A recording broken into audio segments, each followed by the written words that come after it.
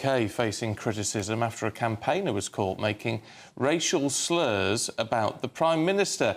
Separately, an activist was also found to have made homophobic comments. Their views were caught on camera by an undercover journalist from Channel 4 News while campaigning for Nigel Farage. Well, Reform UK said those making unacceptable comments will no longer be part of Mr Farage's campaign. Joining us now is political commentator Andy Williams to tell us more about this story. I mean, it's a bit of a shocker. It's the front page of a couple of newspapers today, and Farage is saying, look, you know, these people have nothing to do with the party, but they clearly are. Well, I think the reality is that, you know, I think there's two dimensions here. The first is that Reform is a very, very new party, and therefore it's an unprofessional organisation. It's, you know, major parties that have been around for a long time have a way of weeding these people out, I think. That's the first thing.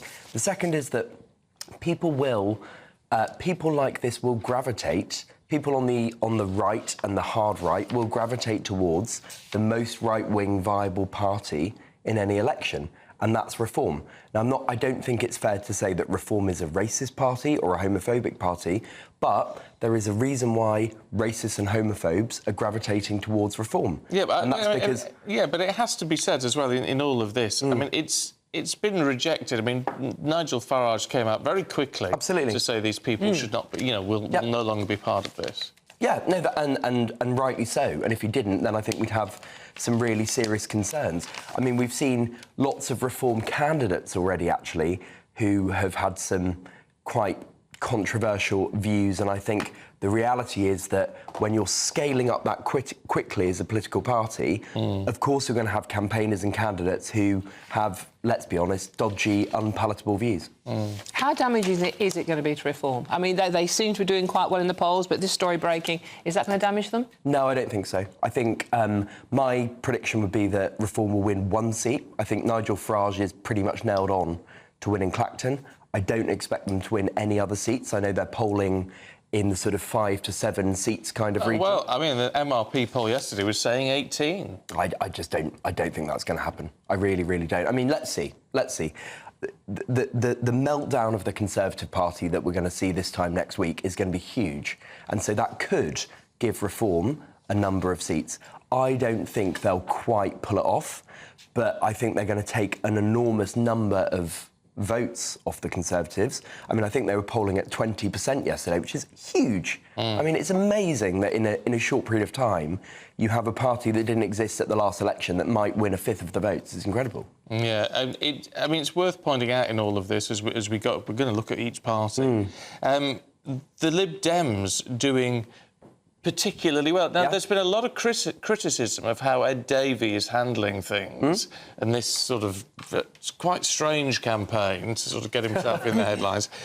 But nevertheless, you know, they're campaigning well. And so the MRP poll yesterday saying they could form the official opposition. I think it's unlikely but possible. You know, I think there is a real chance, a small but significant chance, that the Lib Dems could be the opposition, which would actually, I think, be a disaster for Labour. Labour don't want a party who's outflanking them on the left, which is what the Lib Dems would be doing, being the opposition. I think Ed Davey's run a great campaign.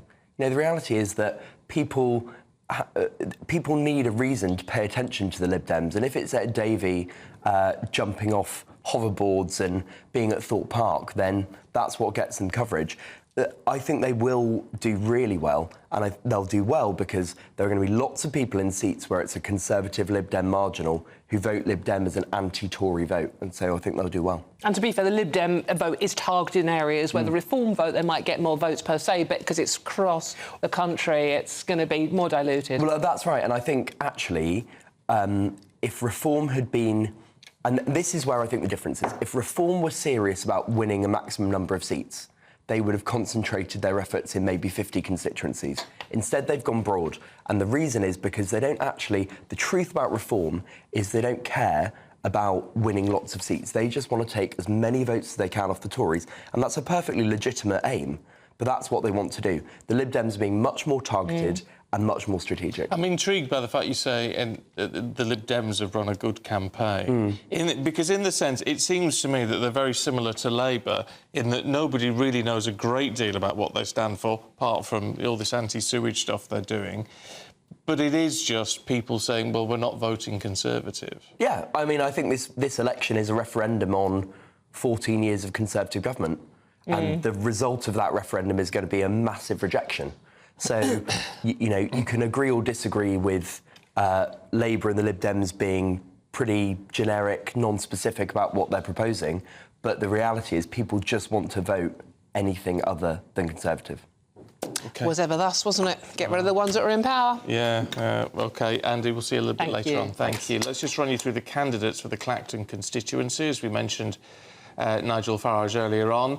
Yovan Owusu-Nepal for the Labour Party, Giles Watling for the Conservative Party, Matthew Bensalem for the Lib Dems, Nigel Farage for Reform UK, Natasha Osborne for the Green Party, Craig Jabison for the Climate Party, Tony Mack is an independent, Tesos Papanastiu for the Heritage Party and Andrew Pemberton for UKIP.